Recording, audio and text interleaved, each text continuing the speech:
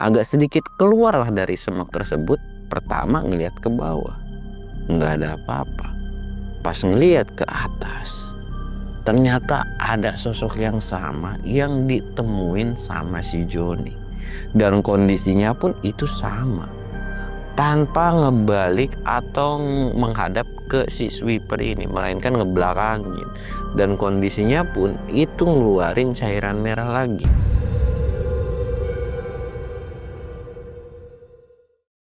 Assalamualaikum warahmatullahi wabarakatuh. Balik lagi di channel Samsul Mister Horror. Dongeng horor gua kali ini, gua bakal ngelanjutin ceritanya Bang John nih. Buat kalian yang penasaran dengan kelanjutan ceritanya, kalian wajib tonton video ini sampai habis. Dan jangan lupa like, comment, subscribe, dan share video gua ke banyak orang.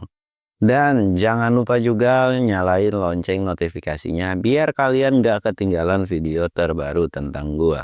Dan buat kalian yang mau ikutan open trip, kalian bisa kunjungi Instagram gue di bawah sini. Dan buat kalian juga yang mau lihat video vlog gue juga, kalian bisa lihat di bawah sini. Dan gak usah banyak basa-basi lagi, kita mulai ke segmen donor dongeng horor. Dimulai.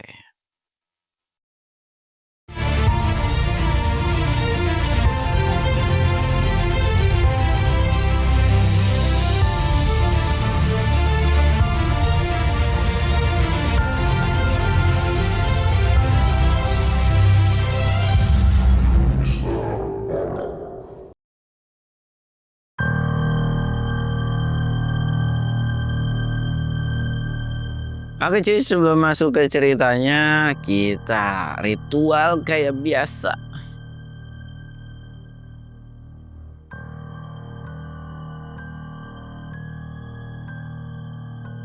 Jangan lupa ngopi coy. Mantap kali.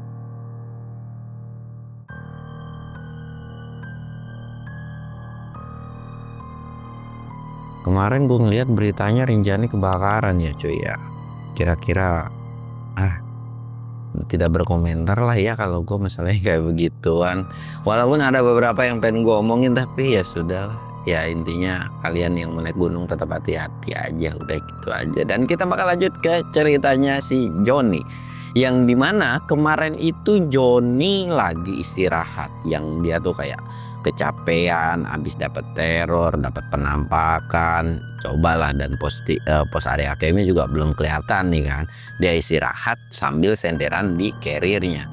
Aduh capek banget gitu kan. Tiba-tiba dia itu dikagetin sama yang namanya suara yang gak lain ketika nengok.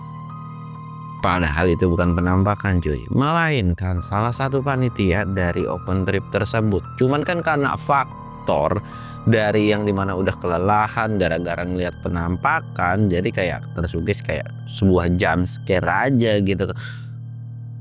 Ditanya sama si panitia itu, lah lu ngapa bang tiba-tiba kaget? Baru juga gua mau teguh. Si Joni itu kayak bilang, gak apa-apa bang, gak apa-apa. Oh iya bang, lu mau kemana dah gitu kan. Jadi bang, gue mau nyari temen gue nih, panitia gini-gini diceritain. Akhirnya diceritain lah sama si John ini bahwa temennya itu masih ada di bawah, yang dimana ada sebuah kendala diceritain juga panjang lebar sama si Joni. Joni pun nanya kalau area camp itu di mana, dan ternyata nunjuk lah, itu bang nggak jauh kok dari sini gitu kan. Jalan pun nggak sampai 5 menit. Wah dari situ si Joni ini udah mulai senang kan, dan si panitia ini pun langsung kayak buru-buru ngabarin ke beberapa panitia lain mau konfirmasi bahwa ada temennya yang di bawah. Jadi si panitia ini kayak mau turun lah, mau nolongin si temennya ini. Singkat ceritanya, akhirnya si panitia balik laporan sama tim atau ketuanya. Terus dia mau turun tuh pada saat itu, dan si Joni pun masih istirahat di sana. Dan si panitia ini pun kayak bilang, bang gua turun dulu ya, jemput temen gua. Iya bang, hati-hati gitu kan. Udah tuh set pergilah. Sedangkan si Joni masih santai dan leha-leha di situ karena memang udah capek, dan dia pun udah tahu bahwa lokasi dari area campnya ini udah dekat kan. Jadi santai aja dulu gitu kan. Nah lagi asik santai, dia tuh kayak, alhamdulillah akhirnya sampai juga. Aduh mana gue belum ngedirin tenda lagi ya. Udahlah bodo amat, gue yang penting rehat-rehat dulu di sini.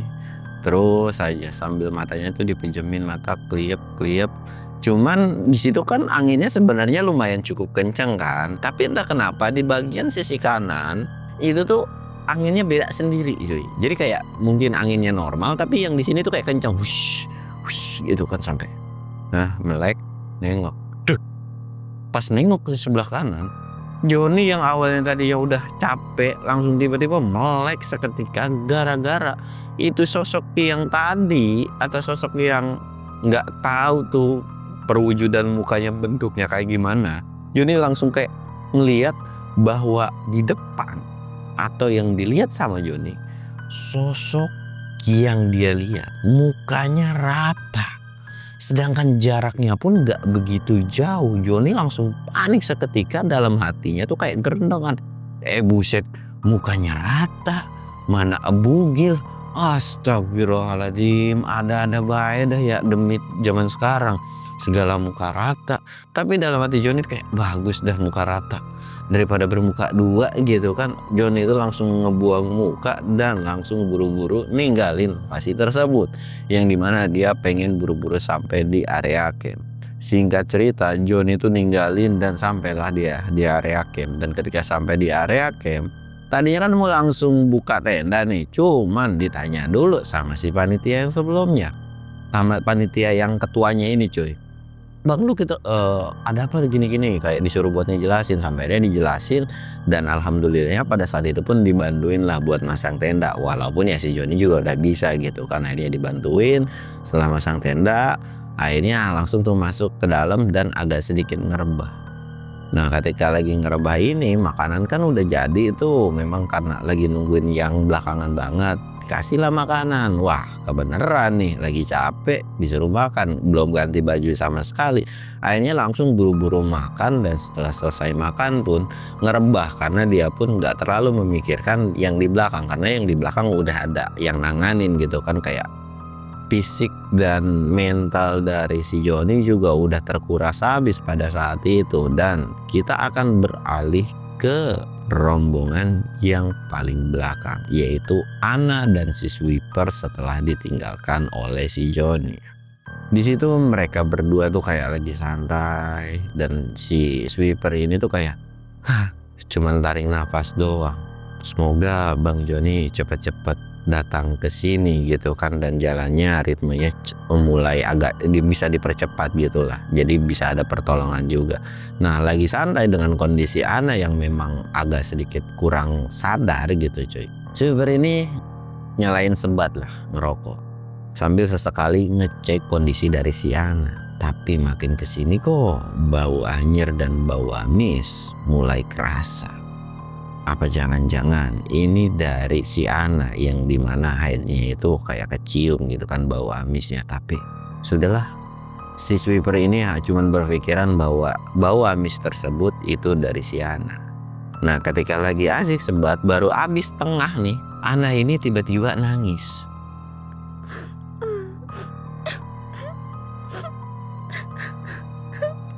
Nangis kan? Nah udah jangan nangis, nggak ditinggalin kok. Di sini ada abang juga gitu kan. Udah nggak boleh nangis, anak kuat gitu kan. Terus dikasih motivasi supaya si anak ini nggak ketakutan.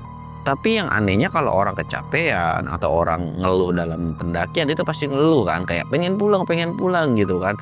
Tapi ini cuma nangis doang gitu kan.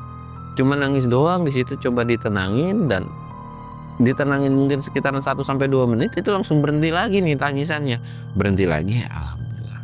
Nah terus diajak ngobrol tapi nggak ada sautan sama sekali dari si Ana ini. Nah ketika nggak ada sautan ya udahlah dibiarin dulu, dan lagi-lagi dicek lagi dengan kondisi denyut nadi dan sebagainya gitu kan. Masih dalam kondisi aman, dan suhu tubuhnya pun kelihatannya udah mulai membaik, atau mulai badannya itu udah mulai anget kan, karena kondisi si Ana ini benar-benar kayak dipakein jaket double, dipakein blanket, terus diselimutin pakai sleeping bag juga, dengan kondisi yang dimana kayak tidurnya begini cuy, jadi nutupin nih mukanya kan. Nah dari situ pun bau amis itu masih tercium kan. Nah di sini kedengaran lagi suara tangisan gitu.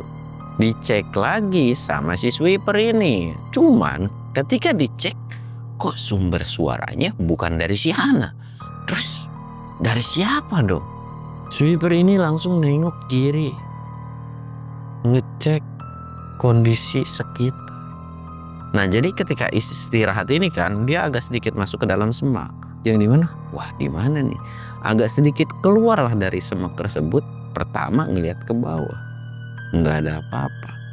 Pas ngelihat ke atas, ternyata ada sosok yang sama yang ditemuin sama si Joni. Dan kondisinya pun itu sama. Tanpa ngebalik atau menghadap ke si Sweeper ini, melainkan ngebelakangin. Dan kondisinya pun itu ngeluarin cairan merah lagi. Dan di situ Sweeper ini baru ngeh, tek, itu apaan yang ngocor gitu kan. Dan pas dilihat dan dipegang pula, bau amisnya ternyata sumbernya itu dari cairan tersebut. Cuman pas ketika dicek air tersebut itu atau cairan merah ini, itu tuh ada ngegeliat, iya binatang belatung cuy gitu kan. Astagfirullahaladzim. Sweeper ini langsung buru-buru balik lagi ke si Ana ini kan. Dia langsung istirahat dan di situ pun langsung kayak dalam hatinya langsung baca doa dan minta pertolongan gitu kan. Bener-bener enggak bisa dibilang terus-terusan zikir terus zikir supaya makhluk-makhluk ini tuh buru-buru cabut dari area tersebut. Nah cuman ketika lagi zikir ini Sweeper ini dikagetin yang dimana seolah suara tangisan itu makin lama makin dekat. Dan bener aja Sweeper ini makin lama makin takut juga. Nah ketika lagi ketakutan antara ini sosok makin lama makin dekat, dikagetin lah sama si Ana yang manggil bang gitu kan. Tapi nggak ngebentak ya, kayak bang. Di situ kan kayak soalnya jadi jump scare juga kan. Astagfirullahaladzim. Aduh, nah nggak apa-apa kan, nggak apa-apa. Udah agak mendingan sih bang pusingnya gitu kan. Kayak ngomong lah dengan kondisi yang suaranya itu agak lemes kan di situ. Yaudah istirahat. Ini kita di mana ya? Belum sampai ya? Iya belum nih. Tapi kalau Ana udah mendingan nanti kita lanjut jalan lagi ya. Iya bang, ya udah tunggu 5 menit ya, insya Allah nanti bisa jalan lagi. Iya ya udah, akhirnya kayak istirahat lagi nunggu. Dan di situ pun ketika dipanggil suara tangisan itu tiba-tiba hilang gitu aja kan. Nah cuman ada rasa risih dari si Sweeper ini yang dimana jalannya kan itu penuh dengan cairan merah nih. Takutnya si Ana ini ke trigger dan malah makin drop aja. Aduh gimana ya? Aduh merasa bingung dong. Mau ngomong gak boleh ngeliat ke bawah, nanti pasti bakal dilihat karena ada apa di bawah gitu kan. Ya udahlah gimana nanti aja, semoga nggak terjadi apa-apa. Dan setelah nunggu beberapa lama, akhirnya Ana ini pun bilang, yuk jalan lagi bang biar cepet-cepet sampai area tenda, biar gue juga bisa istirahat. Dia bilang gitu kan. Yaudah ayo Ana jalannya di depan ya, pelan-pelan aja, kalau capek istirahat gitu kan. Akhirnya mereka lanjut lagi jalan. Nah ketika lanjut jalan ini, si Sweeper ini juga dikagetin yang dimana kayak alhamdulillahnya nggak ada yang namanya cairan merah tersebut. Dan penampakan itu pun udah nggak ada lagi. Mereka lanjut pelan-pelan. Dan pelannya ini benar-benar kayak 2 langkah berhenti, 2 langkah berhenti. Benar-benar lama banget. Sedangkan si Sweeper ini kan dengan kondisi di pundaknya itu bawa beban kan. Bawa beban yang lumayan cukup berat pada saat itu. Jadi kayak ya udahlah mereka terus-terusan jalan. Terus jalan. Nah ketika lagi jalan ini, Ana ini di depan langsung mendadak diam. Bang itu apa gitu kan, itu apa? Sedangkan si Sweeper ini kayak apa sih? Dan pas nengok ke depan ternyata ada sosok yang sebelumnya juga. Sosok yang random banget tuh demi cuy. Tanpa pakai baju, nggak mau ngeliat gitu kan, bingung. Sedangkan si Sweeper ini juga ketakutan, cuman bisa nangin udah tenang. Di situ pun Ana ini langsung buru-buru megang dan sambil kayak meluk gitu kan, ketakutan karena dia nggak mau ngeliat sosok tersebut. Sedangkan Sweeper ini juga bingung, gua harus kayak gimana. Di situ pun Sweeper ini ngeberaniin diri buat kayak, woi pergi lu dari sini, kagak usah yang namanya gangguin. Dengan setengah hati takut dan berani gitu kan, karena di sisi lain dia juga harus ngejagain. Ya sesuai yang gue bilang cuy, namanya open trip itu Itu tuh jagain nyawa orang. Jadi kalau mental dari yang punya open drive juga down, ya ke yang lain juga bakal down. Dia tuh benar-benar harus diuji ya buat berani gitu kan. Diusir nggak mau juga. Sedangkan kalau mau nyamperin pun bingung, si Ana masih meluk, diem aja. Udah Ana diem aja, udah tenang aja. Kita tungguin sampai sosok tersebut pergi gitu kan. Sedangkan si Ana benar-benar teriak, gue takut, gue pengen cabut atau buru-buru usir itu sosok. Tapi ditenangin sampai akhirnya sosok itu lari lagi, sama larinya kayak yang sebelumnya dialamin sama si Joni. Lari gitu aja kabur. Nah tapi kirain dengan hilangnya makhluk tersebut Ana ini bakal sedikit aman. Tapi kali ini Ana dirasukin entah sosok seperti apa. Yang awalnya Ana ini lagi meluk karena ketakutan, tiba-tiba ngedorong si sweeper ini. Yang dimana sweeper ini kan bawa 2 tas tuh, yang otomatis kalau keseimbangannya digoyangin ya udah langsung jatuh gitu kan. Bahkan itu sampai ngeglinding kayak, aduh Ana kenapa gitu kan. Dan di situ tatapan dari Ana bener-bener tajam banget. Yang awalnya rambutnya nggak begitu terlalu urakan, tapi kok tiba-tiba kayak urakan banget gitu cuy. Dan dari rambutnya ini bener-bener berbeda, yang dimana kayak nggak keramas selama 3 tahun 3 abad gitu kan. Bener-bener wah udah kayak sapu ijuk tuh rambut. Di situ sweeper ini kayak ngerasa aneh, dan dia udah tahu bahwa si Ana ini kayaknya kesurupan cuy. Di situ pun langsung ngelepasin tas atau carrier-nya nih, dilepasin buru-buru buat nangkep si Ana. Memang ketika mau ditangkap ini Ana ini udah berontak, yang dimana dia tuh seolah-olah kayak mau lari dari tangkepan si sweeper ini, cuman keburu ketangkap duluan. Nah ketika ditangkap, si Ana ini langsung dipeluk sama sweeper tersebut dan didudukin paksa. Duduk gitu. Ana yang kesurupan gak ngomong sepatah kata pun, cuman ngeliat. Dan yang paling bikin panik adalah, harusnya kan Ana ini manusia normal ya, tapi kepalanya itu benar-benar bisa melintir sampai ke belakang. Itu benar-benar bikin panik dong. Kok kesurupan bisa sampai segininya? Sweeper ini takut, yang dimana kepalanya itu malah cedera gitu kan. Malah ketika udah sadar kenapa. Wah beneran panik dong. Mana pada saat itu pun jam itu udah menunjukkan yang hampir mau tengah malam. Udah panik. Terus mana tim evakuasi juga belum sampai. Terus coba dibacain doa. Tapi anehnya ketika dibacain doa ini, sosok makhluk tersebut itu nggak bisa yang namanya keluar. Yang dimana sweeper ini cuma bisa megangin kedua tangannya, gimana caranya nih orang nggak berontak dan nggak pergi. Walaupun itu sambil ditendang-tendangin juga, dan kondisinya tuh nggak ngomong sepatah kata pun, dan terus-terusan ngegeram kayak gitu-gitu doang cuy. Bener-bener kayak berontak terus. Bahkan tenaga dari si sweeper ini itu udah kecapean banget. Karena iya naik gunung itu kan, walaupun gak ada kejadian kayak gitu, udah mau bawa beban, ngawal dan sebagainya, itu benar-benar udah nguras fisik banget. Nah kita bakal tinggalin kondisi si sweeper dan si Ana ini, dan kita akan beralih ke si orang yang ngejemput mereka berdua ini. Kita sebut aja orang yang ngejemput ini namanya Asep. Asep ini agak sedikit setengah lari kan, dan Asep udah punya feeling kalau dengan kondisi lagi datang bulan, kayaknya ada hal-hal yang tidak diharapkan.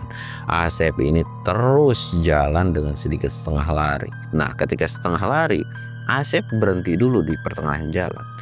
Dia tuh ngeliat sekeliling kayak seolah, wah gue tahu nih ada yang gak beres.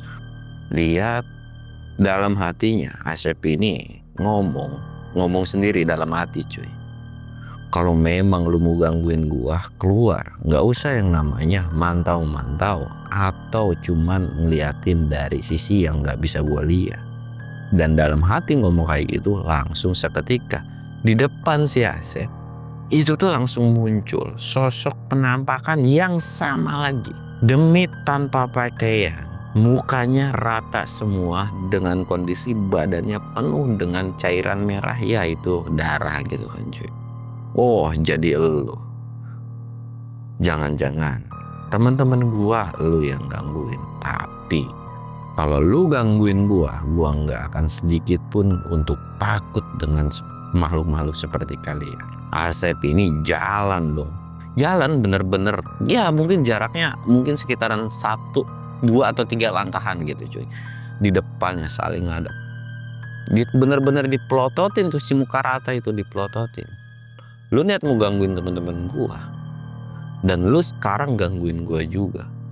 Asep bener-bener ngepelin tangannya. Terus dibuka. Digampar itu sosok. Dan sosok itu langsung kesakitan bahkan teriak. Wah gitu kan. Dan sosok itu langsung lihat. Dan balik badan lagi dan turun ke bawah. Nah ketika turun ke bawah ini Asep ini kan kayak ngerasa lega. Alhamdulillah bisa-bisanya lu ngejagain jalan gua gitu kan. Lu kira gua kagak bakalan berani kali sama yang namanya demit-demit kayak lu. Tapi di sisi lain Asep ini punya pikiran, ternyata punya feeling. Wah gak beres nih. Di situ pun lari dari si Asep ini benar-benar dipercepat cuy. Karena feeling dari Asep ini tahu bahwa kemungkinan makhluk tersebut bakal nyerang si temennya ini. Di situ tuh udah punya feeling kayak gitu. Terus aja lari dan ketika lari yang awalnya tidak berkabut tiba-tiba mendadak kabut. Seolah itu adalah rintangan dari si Asep ini supaya nggak cepet-cepet sampai di bawah. Nah ketika kabut, geblek bisa-bisanya nih kabut. Dan akhirnya karena kabut itu ritmenya agak sedikit dipelanin kan. Karena takutnya ya walaupun demit itu bukan sesuatu hal yang bikin Asep takut. Tapi kabut itu ya justru yang bikin takut. Karena takutnya jatuh ke bawah yaitu ke jurang itu kan. Jadi pelan agak sedikit ngeraba. Dan makin lama kabutnya makin tebal dan bahkan sampai putih banget cuy. Bener-beneran putih banget. Jalan pun kalau misalnya ngeliat ke bawah itu udah nggak kelihatan sama sekali. Senternya kan cahayanya putih gitu kan. Jadi kayak ya nggak terlalu kelihatan. Nah ketika lagi nggak kelihatan ini Asep ini cuma bisa diem dan ngeliatin sekelilingnya. Di sekeliling Asep itu banyak mata merah yang ngeliatin. Tapi Asep tuh nggak takut dengan tatapan mata itu. Justru dia diem sambil baca doa. Baca doa terus ngelantunin zikir. Dan setelah zikir Asep ini nginjek bumi itu cuy 3 kali. Sambil dalam hatinya tuh bilang, mau setan mau demit yang ada di depan gua dan siapapun mereka yang ngalangin jalan gua, semuanya tolong pergi dan jangan pernah ganggu perjalanan gua. Diinjek bumi 3 kali cerek. Dan seketika yang awalnya kabut seolah itu kayak ngasih jalan. Jadi kiri kanannya kabut tapi jalannya itu benar-benar kebuka sendiri cuy. Jadi yang lain itu kabutnya tebal, nah sedangkan untuk jalurnya sendiri itu kebuka dengan kabut yang agak tipis. Atau bisa dibilang kabut tipis lah gitu kan. Terus jalan dan mulai lagi mempercepat jalannya. Karena kayak seolah udah dibukain aja tuh. Ya kita bisa tahu lah bahwa Asep ini bukan orang sembarangan. Terus jalan dan mulai kedengeran suara tangisan. Suara ada orang berontak juga. Nah ketika suara tangisan ini Asep ini tahu bahwa itu adalah makhluk yang benar-benar ngegangguin kan. Nah terus jalan sampailah ketemu di titik di si sweeper dan si Ana ini lagi berdua gitu kan. Yang dimana dari kejauhan udah ada suara teriakan berontak-berontak. Bahkan ada suara teriakan dari si sweeper ini yang minta tolong gitu kan. Asep benar-benar mempercepat larinya untuk bisa sampai di area lokasi tersebut. Dan ketika udah sampai, Asep ini langsung satset nolongin temennya ini cuy. Alhamdulillah kata si sweeper itu. Dan di situ pun Asep langsung nyuruh sweeper ini untuk megangin tangan satunya. Dan buru-buru Asep ini ngerafalin sebuah doa yang dimana setelah selesai langsung diusapin ke bagian muka. Bismillahirrahmanirrahim. Dan seketika yang tadinya berontak itu langsung diam. Gak sadarkan sama sekali. Sampai akhirnya Asep ini nyuruh buat sweeper itu istirahat. Udah lu istirahat, istirahat, udah tenang, nggak apa-apa kok, ini aman-aman gitu kan. Nah ketika udah ngerasa aman, akhirnya Asep ini kayak udah tas dua-duanya gue yang bawa, lu kawal aja, gue paling belakang, udah insya Allah nggak bakalan ada apa-apa. Nah ketika lagi ngomong kayak gitu, sosok si muka rata ini lagi-lagi balik lagi gitu kan. Si yang lihat itu jadi kondisinya si muka rata ini ada di belakang si Asep. Sweeper ini kayak, Sep, belakang lu Sep, itu Sep yang dari tadi gangguin terus. Asep ini langsung neng, emang ya kagak ada kapok-kapoknya, sambil bangun sambil megangin pinggangnya nih. Asep ini jalan ke depan, lu masih gangguin dari kelompok atau temen-temen gue bakalan bener-bener bikin perhitungan, dan gue bisa pastiin lu gak bakalan diem atau stay di gunung ini lagi. Si Asep bener-bener kayak nyengkram leher dari si makhluk rata ini. Tak, bener-bener dicengkram. Bahkan yang dilihat sama si sweeper itu tuh bener-bener kayak tangannya tuh dikepisin, kayak seolah kayak kesakitan gara-gara dicekek gitu kan. Dan Asep tuh benar-benar murka banget. Sedangkan sweeper ini cuman geleng-geleng kepala. Dan sweeper ini pun tahu bahwa Asep ini bukan orang sembarangan.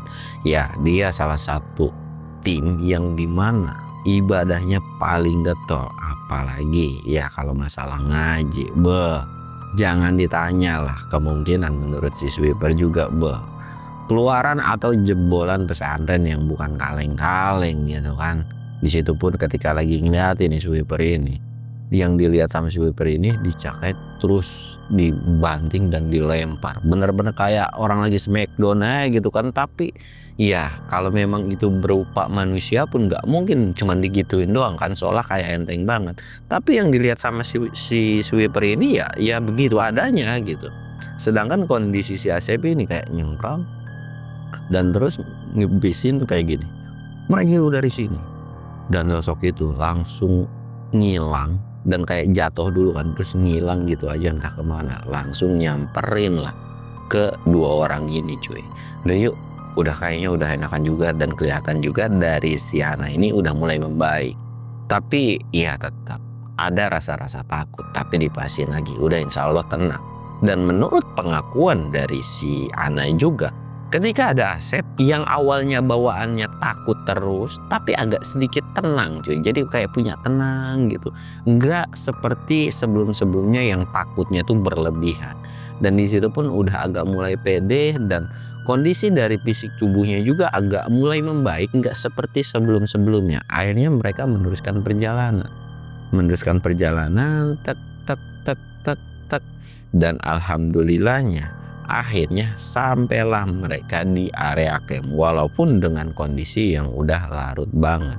Di situ pun langsung buru-buru dikasih makan dan dibilangin lah bahwa besok Ana jangan summit ya, stay aja di area camp. Karena kalau misalkan harus summit itu tidak memungkinkan dengan kondisi fisik yang seperti itu. Sedangkan si Ana pun nurut karena dia pun sadar diri dengan fisik yang lagi capek seperti itu nggak mungkin kalau harus meneruskan perjalanan atau pendakian. Jadi kayak ya gue siap kok, nggak harus yang naik gitu. Akhirnya udah stay. Nah ketika udah stay ini, kondisi kan udah tuh istirahat, dan kondisinya si Joni juga istirahat kan. Nah karena memang dia kondisinya tidur, jadi kayak udah kecapean kali. Tadinya kan mau diucapin terima kasih gara-gara udah dibantuin juga. Dan singkat cerita, malam itu alhamdulillah nggak ada kejadian apapun. Ya setahu sweeper, si Asep ini melakukan ya sebuah kayak magerin atau dimana supaya nggak digangguin. Dan singkat cerita mereka bangun pagi-pagi, dan di situ pun akhirnya mereka briefing, dan termasuk si Joni juga kayak nanya gimana. Alhamdulillah kok udah aman. Akhirnya mereka pergi summit. Tapi beda halnya dengan si Ana, yang dimana si Ana ini nggak summit dan justru malah dijagain sama si Asep langsung. Singkat ceritanya yang summit pun alhamdulillah nggak ada kendala apapun. Dan sampai akhirnya turun pun itu normal, dan justru Joni pun senang gara-gara dia pun mendapatkan view terbaik, bahkan sampai dapat lautan awan dan sebagainya kan. Nah ketika udah turun akhirnya mereka prepare beres-beres, dan sampai akhirnya posisinya pun ditukar tuh cuy ketika turun, yang dimana anak ini di bagian belakang atau yang awalnya itu adalah si Asep sendiri. Jadi kayak tukeran sama si sweeper ini. Asep paling belakang dan Joni pun karena wah gue kagak mau nih kena akibat kayak yang sebelum-sebelumnya. Gue mau duluan dah biar gue kagak ngalamin kejadian seperti yang sebelumnya gitu kan. Sampai akhirnya turun dan alhamdulillah. Karena ada pertukaran tim gitu kan yang bagian belakang, akhirnya anak pun turun ke bawah itu dengan selamat tanpa ada lecet sama sekali dan gangguan dari demit yang sebelumnya tuh. Di situ pun kayak alhamdulillah, dan dari si pihak panitia juga itu ngucapin terima kasih atas pertolongan dari si Joni, tapi Joni cuma senyum-senyum aja dan kayak udahlah santai aja gitu kan. Dan diceritain juga tuh sama si sweeper tentang kejadian ketika ditinggal sama Joni. Tapi ya kita tahu lah ya bahwa si Asep pun diceritain tuh sama si sweeper itu gini-gini. Sedangkan Joni cuman geleng-geleng kepala doang, dan dia tuh jadi kayak keinget sama salah satu sahabatnya yaitu si Ilham yang punya kelakuan sama kayak si Asep. Di situ pun Joni sempat mikir, kayaknya menarik nih kalau si dua orang ini dipertemukan, apalagi kalau naik gunung-gunung yang serem. Sempat terlintas ada pikiran yang dimana bakalan masukin si Asep ikut ke pendakian mereka ketika mereka ada waktu. Dan di situ pun Joni sempat minta kontak dari si Asep ini, dan Asep pun dengan senang hati ngasih nomor dari dia gitu kan, ngasih.